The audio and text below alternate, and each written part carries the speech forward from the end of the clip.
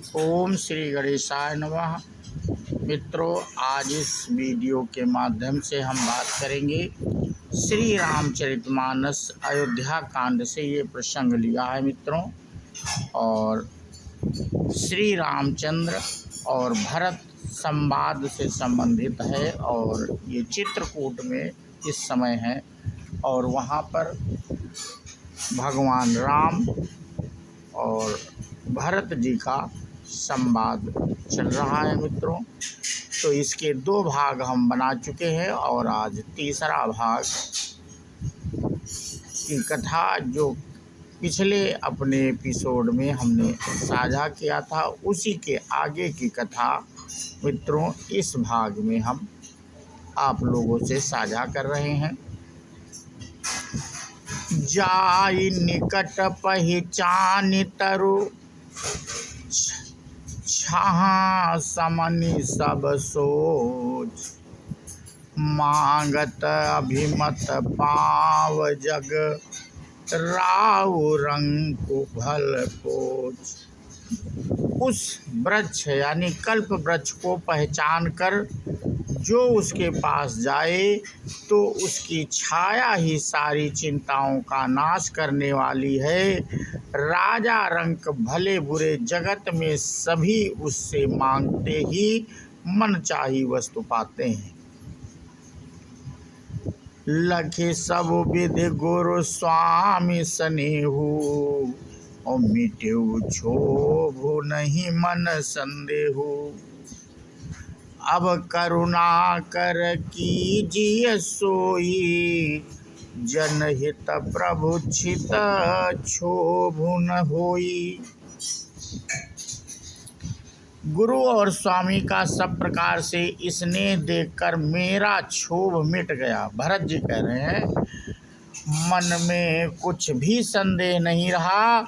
हे दया की खान, अब वही कीजिए जिससे दास के लिए प्रभु के चित्त में क्षोभ यानी किसी प्रकार का विचार ना हो। जो सेवक साहिब संकोची, और निज हित चाहि तासु मति पोची। सेवक हित साहिब सेवकाई, करहीं सकल सुख लोभ बिहाई। जो सेवक स्वामी को संकोच में डालकर अपना भला चाहता है उसकी बुद्धि नीच है। सेवक का हित तो इसी में है कि वह समस्त सुखों और लोभों को छोड़कर स्वामी की सेवा करे। स्वार्थ नाथ फिरे सबही का, किए रजाई कोटि विधिनी का। यह स्वार्थ परमार्थ सारू, सकल सुकृत फल जुगति सुगति सिंगारू। हे नाथ, आपके लौटने से सभी का स्वार्थ है और आपकी आज्ञा पालन करने में करोड़ों प्रकार के कल्याण हैं। यही स्वार्थ और परमार्थ का सार निचोड़ है। समस्त पुण्यों का फल और संपूर्ण शुभ गतियों का श्रृंगार है। देव एक बिनती सुनि मोरी, उचित होई तसु करब बहोरी। तिलक समाज साज सब आना, करिए सुफल प्रभु जो मनुमाना। हे देव, आप मेरी एक विनती सुनकर फिर जैसा उचित हो वैसा ही कीजिए। राज तिलक की सब सामग्री सजा कर लाई गई है। जो प्रभु का मन माने तो उसे सफल कीजिए, उसका उपयोग कीजिए। सानुज पठई मोहि बन, कीजिए सबहि सनाथ। न तरु फेरी हई बंधु दो, नाथ चलो मई साथ। छोटे भाई शत्रुघ्न समेत मुझे वन में भेज दीजिए और अयोध्या लौटकर सबको सनाथ कीजिए, नहीं तो किसी तरह भी यदि आप अयोध्या जाने को तैयार ना हों, हे नाथ लक्ष्मण और शत्रुघ्न दोनों भाइयों को लौटा दीजिए और मैं आपके साथ चलूँगा। श्री रामचंद्र जी से भरत जी मित्रों ये बात कह रहे हैं। न तरु जाहि बनु तीनिव भाई, बहुरीय सीय सहित रघुराई। जहि विधि प्रभु प्रसन्न मन होई, करुणा सागर कीजिए सोई। अथवा हम तीनों भाई बन चले जाएं, और हे श्री रघुनाथ जी आप श्री सीता जी सहित अयोध्या को लौट जाइए। हे दया के सागर, जिस प्रकार से प्रभु का मन प्रसन्न हो वही कीजिए। देव दीन सब मोहिया भारू, मोरे नीति न धर्म विचारू। कहूँ बचन सब स्वार्थ हेतु, रहत न आरत के चित चेतु।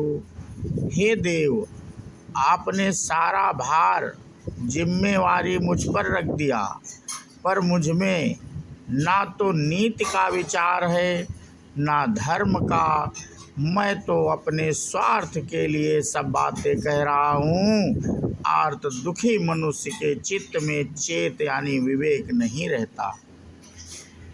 उतरु देई सुनि स्वामी रजाई, सो सेवक लखि लाज लजाई। असमय अवगुण उदधि अगाधु, स्वामी स्नेह सराहत साधु।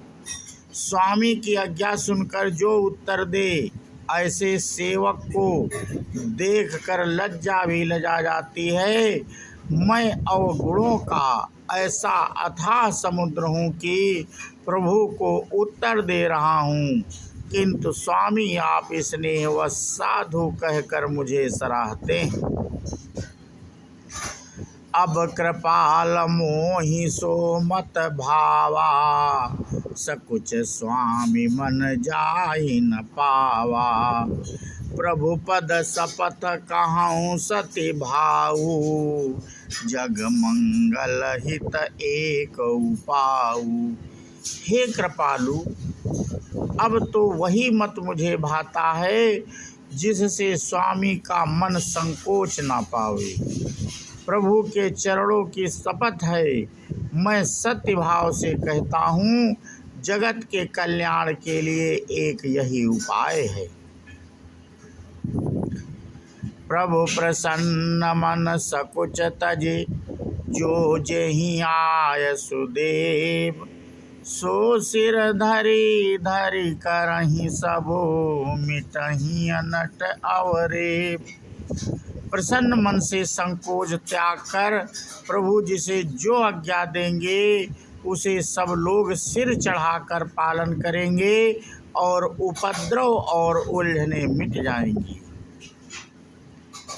भरत बचन सुचि सुनि सुर हर से, साधु सराहि सुमन सुर बर से। असमंजस बस अवध निवासी, प्रमुदित मन तापस बनवासी। भरत जी के पवित्र वचन सुनकर देवता हर्षित हुए और साधु साधु कहकर सराहना करते हुए देवताओं ने फूल बरसाए।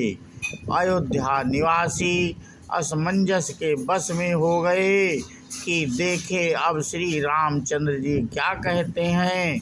तपस्वी तथा वनवासी लोग श्री राम जी के वन में बने रहने की आशा से मन में परम आनंदित हुए।